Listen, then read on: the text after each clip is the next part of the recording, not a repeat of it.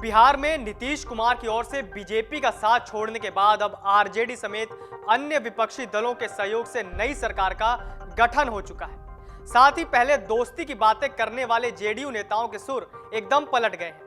Party के अध्यक्ष ललन सिंह ने गुरुवार को दावा करते हुए कहा कि बीजेपी 2024 में केंद्र की सत्ता से बाहर हो जाएगी। यही नहीं, ललन सिंह ने यहां तक कह दिया कि बीजेपी 3 राज्यों में बिहार, झारखंड और पश्चिम बंगाल में 2019 की अपनी जीत के आंकड़े में से 40 लोकसभा सीट हार जाएगी। वो राष्ट्रीय जनता दल के अध्यक्ष लालू प्रसाद यादव से मुलाकात के लिए दिल्ली आए हुए थे। ललन सिंह ने कहा कि वो लालू यादव से उनके स्वास्थ्य की जानकारी लेने के लिए मिले और उनका आशीर्वाद लिया। उन्होंने कहा, मैंने लालू जी से आशीर्वाद लिया कि हमें भाजपा को 2024 के चुनाव में उखाड़ फेंकना है। बीजेपी ने बिहार, झारखंड और पश्चिम बंगाल में 2019 में 47 सीटों पर जीत दर्ज की थी और ललन सिंह का दावा है कि बिहार में महागठबंधन सरकार, जिसमें जेडीयू और आरजेडी के अलावा कांग्रेस और वामपंथी दल शामिल हैं, सुचारू रूप से चलेगी और उनके बीच अच्छा तालमेल होगा। उन्होंने आगे कहा कि लालू यादव से मिलकर हमने उनका आशीर्वाद लिया, सब मिलकर भाजपा का 2024 में शिकस्त देंगे। ये भी कहा कि वर्ष 2015 के बिहार विधानसभा चुनाव में प्रधानमंत्री नरेंद्र मोदी ने कई सभाएं की थी। इसके बाद भी 2015 में भाजपा को 53 सीटें ही मिली थी। अब फिर से जदयू और राजद एक हो गए हैं। उन्होंने ये भी कहा कि लालू प्रसाद से मिलकर उनके स्वास्थ्य की जानकारी ली, उनके जल्द स्वस्थ होने की ईश्वर से प्रार्थना की है।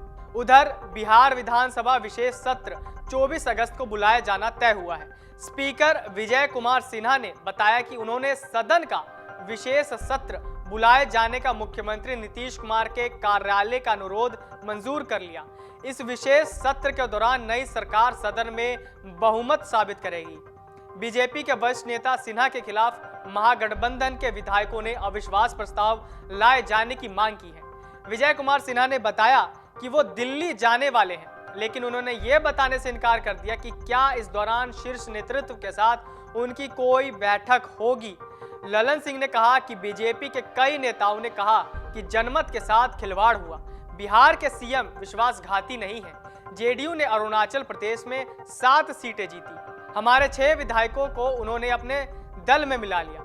2019 में आपको जरूरत थी, इसलिए कोई गड़बड़ नहीं हुई। 2020 का समय आया तो हमारे पार्टी के एक नेता को अपने में मिला लिया और षड्यंत्र किया। राज्य में सत्तारूढ़ नए गठबंधन के सूत्रों के अनुसार मुख्यमंत्री के फिर से शपथ लेने और उनके मंत्रिमंडल में तेजस्वी यादव के एक बार फिर से उप मुख्यमंत्री बनने के बाद बुधवार को हुई 2 सदस्यीय कैबिनेट की बैठक में नए सत्र के कार्यक्रम पर चर्चा की गई। हालांकि अभी विधानसभा का 24 अगस्त को सत्र बुलाने संबंधी कैबिनेट नोटिफिकेशन जारी नहीं किया गया है।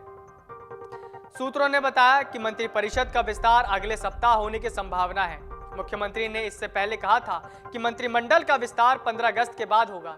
इस बीच राज्य में कांग्रेस के नेताओं ने कहा कि वो नए मंत्रिमंडल में पार्टी के प्रतिनिधित्व के संबंध में सोनिया गांधी और राहुल गांधी की मंजूरी का इंतजार कर रहे हैं। नए मंत्रिमंडल में करीब 35 मंत्री शामिल किए जाने की संभावना है, जिनमें से 16 आरजेडी के होंगे, जो विधानसभा में संख्या बल के आधार पर सबसे बड़ी पार्टी है।